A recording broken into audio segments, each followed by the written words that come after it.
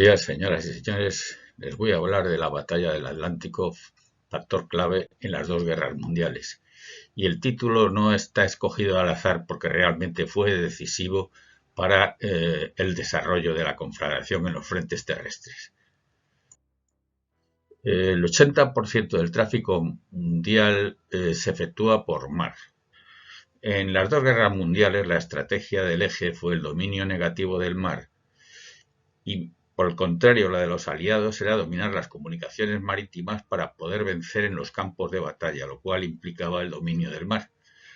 Desde luego, sin el dominio del mar, el eje hubiera dominado todos los frentes. No hubiera habido desembarcos como el de Normandía, como los desembarcos que se hicieron en el sur de Italia.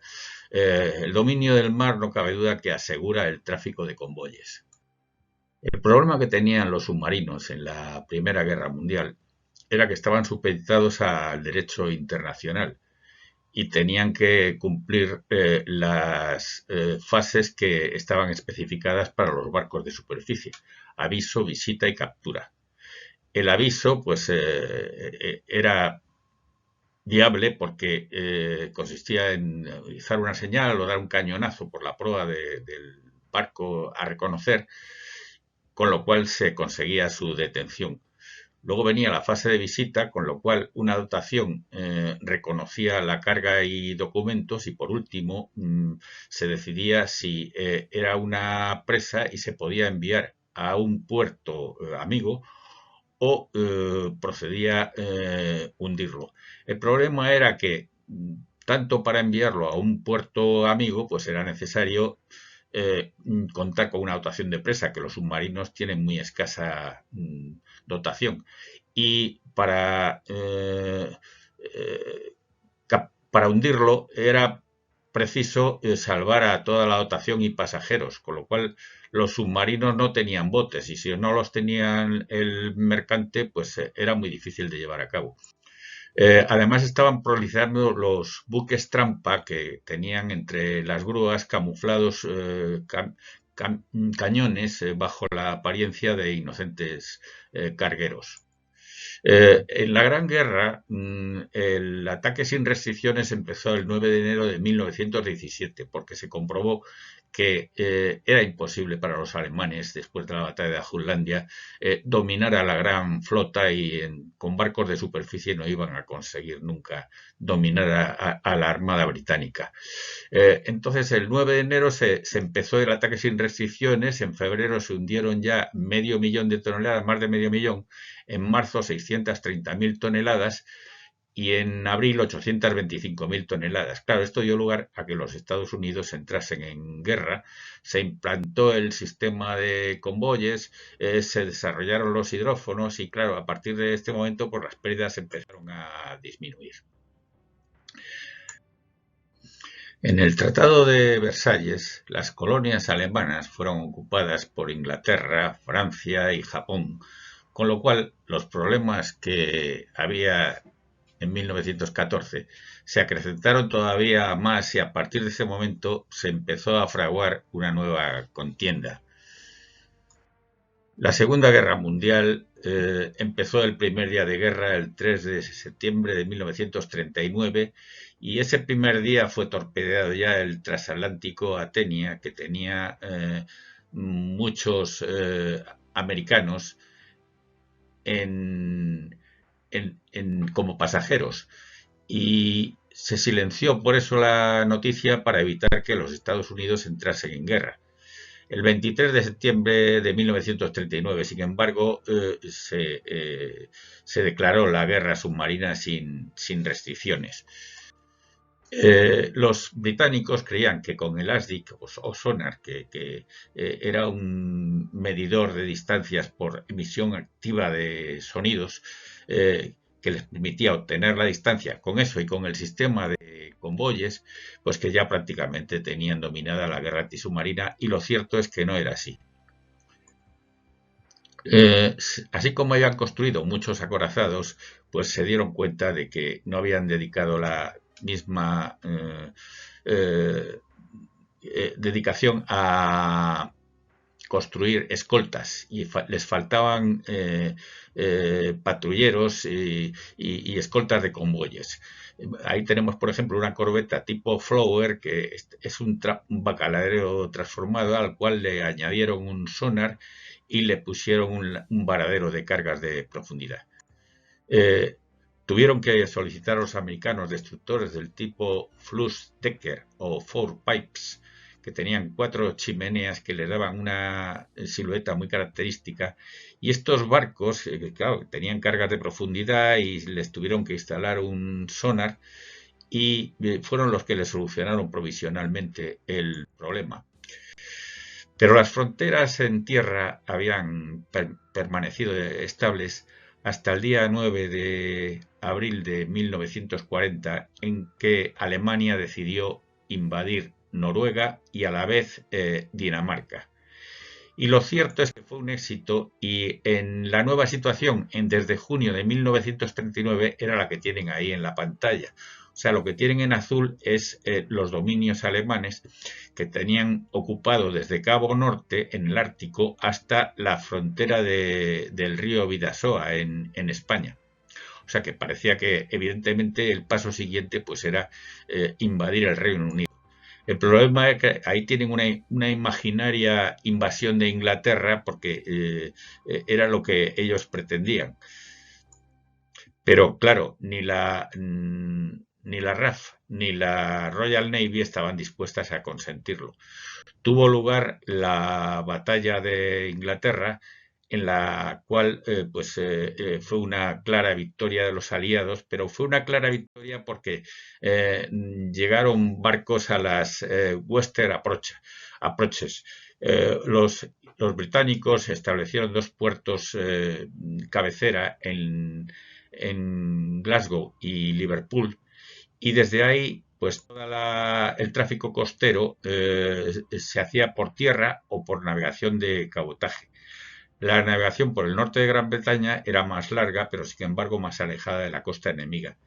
Y la navegación por el sur de Inglaterra era más corta, pero era más peligrosa porque, claro, evidentemente, pues tenían muy cerca el Canal de la Mancha.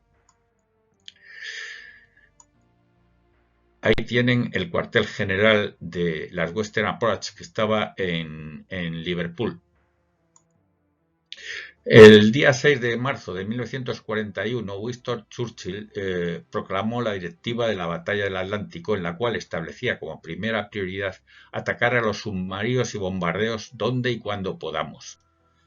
Se había dado cuenta que era la prioridad más importante de todas. Sin embargo, al otro lado tenía al almirante Deniz, que cuyo principio era ser más fuerte que el enemigo en el lugar y en el momento elegido. Descubrió que el ataque en manada de submarinos, o sea, varios submarinos atacando a la vez, lo mismo que hacían los lobos con un rebaño de ovejas que atacaban desde diferentes direcciones, lo que los alemanes le llamaron la Rudeltaktik y los británicos la Wolfpack, daba unos grandes resultados. Cuando un submarino detectaba a un convoy, el almirante daba orden a los submarinos más próximos de que se fuesen concentrando en las proximidades y les ordenaba que atacasen por la noche en superficie, porque así no eran detectados por el sonar y eran muy difíciles de ver. A veces lanzaban iluminantes en los convoyes, pero realmente los iluminantes favorecían más la acción de los submarinos, porque les permitían divisar los blancos con más claridad. El día 15 de marzo de 1941 fue un día importante porque el mando costero de la RAF, de la Royal Air Force, pasó a depender del almirantazgo, lo cual fue muy importante. Ya los aviones Catalina dependían del almirante del mando costero y entonces, claro, no cabe duda que tenían muchas más posibilidades de ir dirigidos contra los submarinos localizados. Los Courier eran los aviones que tenían mayor radio de alcance, los Focke-Wulf 200, y entonces estos eran los que avisaban de la situación de los convoyes para que luego fuesen atacados por otros bombarderos más cercanos a la costa. Los británicos utilizaron un Hurricane con una catapulta en los mercantes porque, claro, tenían que atacar a los aviones enemigos.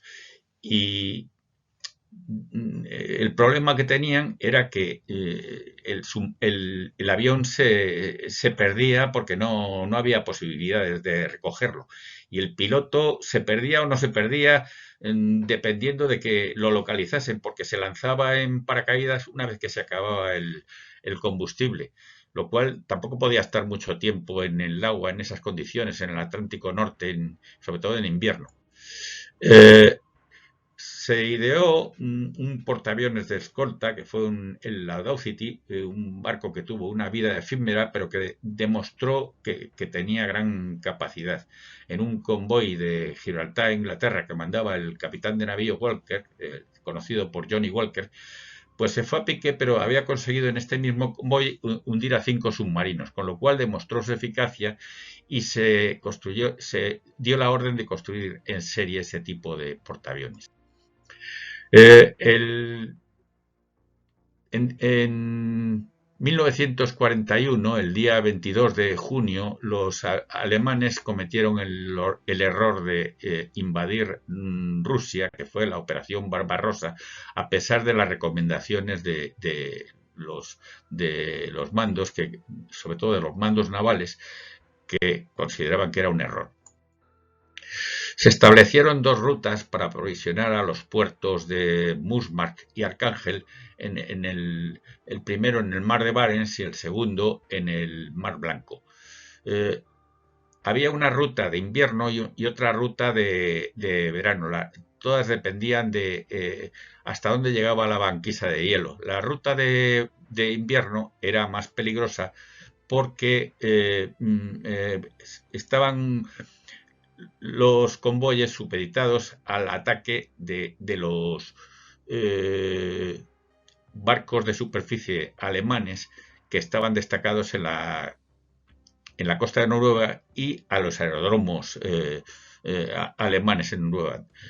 En la ruta de verano era más larga, pero sin embargo no llegaban hasta ahí los barcos de superficie y los aviones.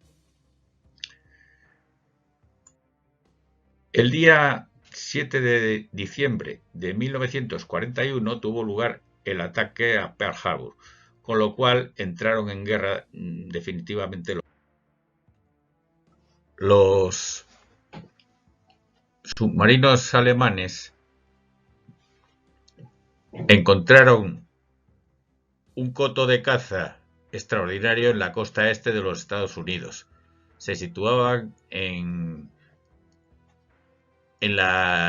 los puntos focales, en Hampton Road, en Cabo Hatteras, y descansaban durante el día y salían por la noche y atacaban con todo el armamento que tenían. Si podían evitar consumir un torpedo, pues atacaban al cañón.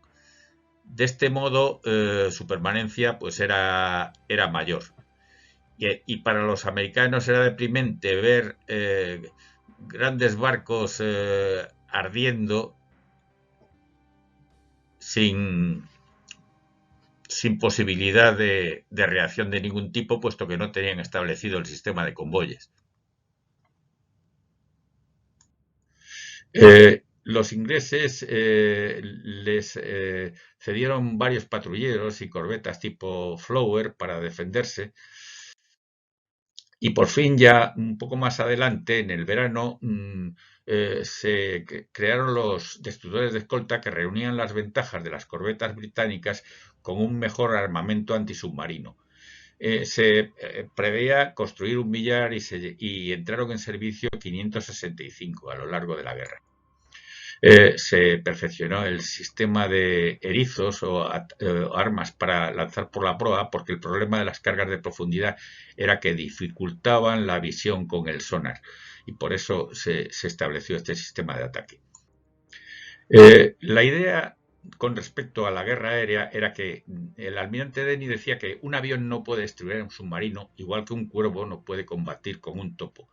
Pero esta idea resultó ser errónea porque al principio solo se podía detectar a los submarinos en los tránsitos, pero luego el radar permitió detectarlos también durante la noche.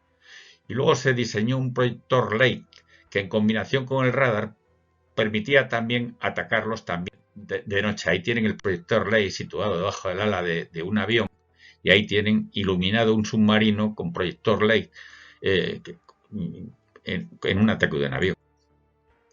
Había una zona que era el agujero del Atlántico, que era donde no llegaba el radio de acción de los aviones basados en tierra, en Canadá, en Islandia y en la costa británica, y entonces había una zona bastante grande de air gap.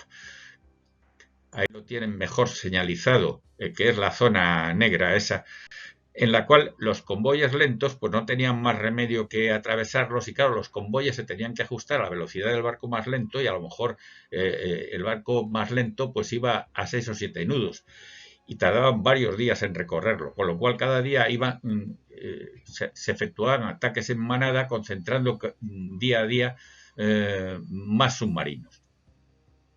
Y entonces las pérdidas pues eran terribles. Además, los submarinos eran unos excelentes torpederos nocturnos porque pasaban camuflados entre las olas en el Atlántico Norte, sobre todo en invierno.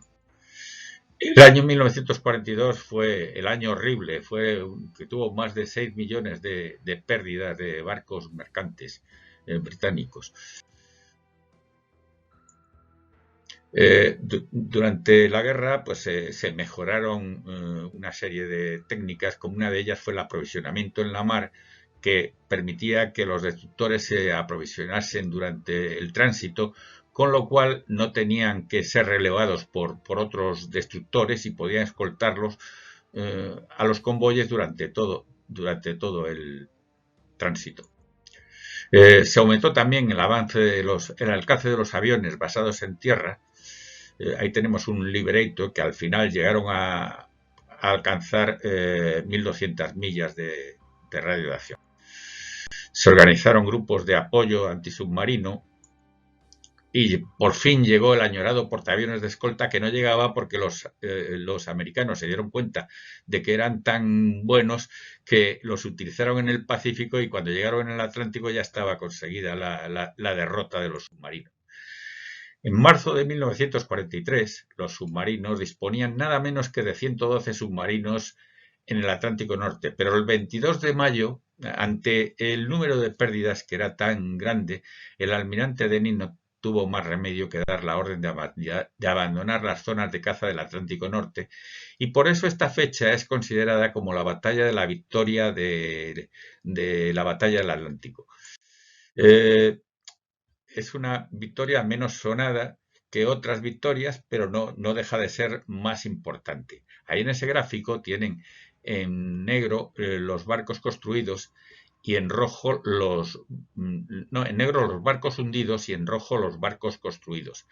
Y se darán cuenta que en mayo de 1943 el número de barcos construidos superó al de barcos hundidos, lo que significaba que la victoria estaba ganada a partir de este momento. Se construyeron también 2.710 Liberty, que eran unos buques muy sencillos que eran diseño de finales del siglo XIX, pero eran capaces de transbordar en el Atlántico 10.000 toneladas de carga a 11 nudos y medio, lo cual pues fue importantísimo. Esta guerra fue una suma de medidas y contramedidas. Que los aliados construían un radar, pues los alemanes construían otro detector de ondas radar que lo captase. Que modificaban el radar a otra frecuencia, pues los alemanes construían un detector nuevo. Que los aliados descubrían las claves, pues los alemanes modificaban los códigos de la máquina cifradora Enigma, y así con medidas y contramedidas pues se fue desarrollando la guerra. En definitiva, los alemanes construyeron 1.162 submarinos, de los cuales 785 fueron destruidos. Y de los 40.000 submarinistas murieron 25.000 y 5.000 fueron hechos prisioneros. En cuanto a pérdidas aliadas en el Atlántico Norte, solamente los submarinos hundieron 2.828 barcos mercantes con 14.573.000 toneladas. Los aviones hundieron 753 barcos mercantes con 2.828.000 toneladas. Los barcos de superficie hundieron 326 barcos mercantes con 1.558.000 toneladas. Y las minas hundieron 521 barcos mercantes con 1.380.000 toneladas. En definitiva, se hundió un total de 4.828 barcos con 20.344.000 toneladas. Esta guerra fue terrible. Se perdieron una gran cantidad de tonelaje mercante y dio lugar a más de 6.000 combates. Pero al final la ganaron los aliados. Quizá no sea una victoria tan sonada como la de Midway, la victoria de Matapan, pero sin embargo fue mucho más importante. Muchas gracias, señores.